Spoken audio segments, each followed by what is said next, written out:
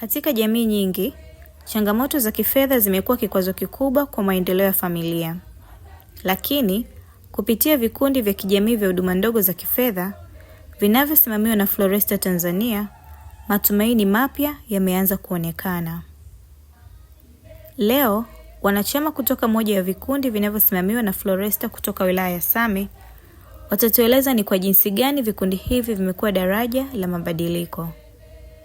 Kama mama ninategemewa na familia, kwa kweli kimenufaisha katika mambo mengi, kwa sababu watoto ninaowasomesha ni watoto 3, lakini kwa upande huo nakopa mkopo, alafu huo mkopo unanisaidia kuwasomesha watoto wangu, maana pengine nawanunulia hata madaftari, uniform, wanasoma vizuri.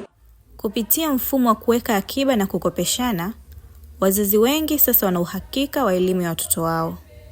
Utaenda kwa mtu labda pembeni ukamuombe na omba unikopeshe hela, lakini anaweza akakuzungusha. Anazo kweli, lakini anakwambia sina. Lakini nilipojiunga na hiki kikundi, kwa kweli sijakwama mahali, maana watoto wangu wanasoma vizuri tu, hakuna shida yoyote. Vikundi hivi vimekuwa chanzo cha mahitaji kwa wanajamii. Biashara ndogo ndogo zimeanzishwa, kipato kimeongezeka na maisha yamebadilika. Nimenufaika kuweka akiba zangu na kuchukua mkopo na kuendesha biashara yangu, kukata tangawizi na kuikausha na kuuza. Namshukuru Mungu, biashara hii imenisaidia.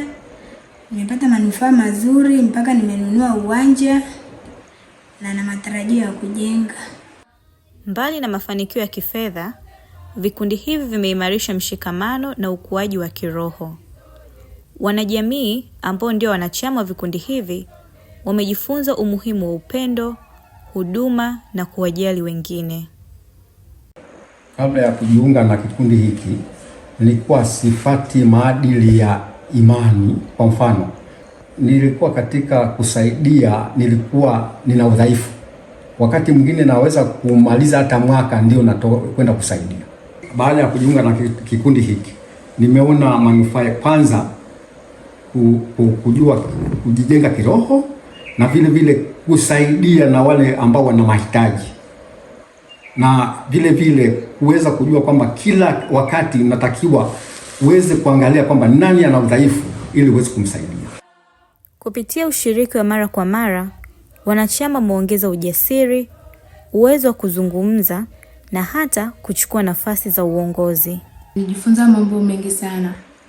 Jambo la kwanza, kuwa jasiri, pia kuwa na upendo, na pia kukaa na wenzangu. Kwa mfano, nimepewa neno, naweza kulitoa vyema bila kuogopa kitu chochote. Pia hata nikiwa nje na kuaga jasiri, maana nimeshaanzia ndani ya kikundi. Kwa hiyo nakuwa jasiri. Waipenda sana. Amen. Umetuwe kasote pamoja kutatua matatizo yetu. Floresta na isonge mbele.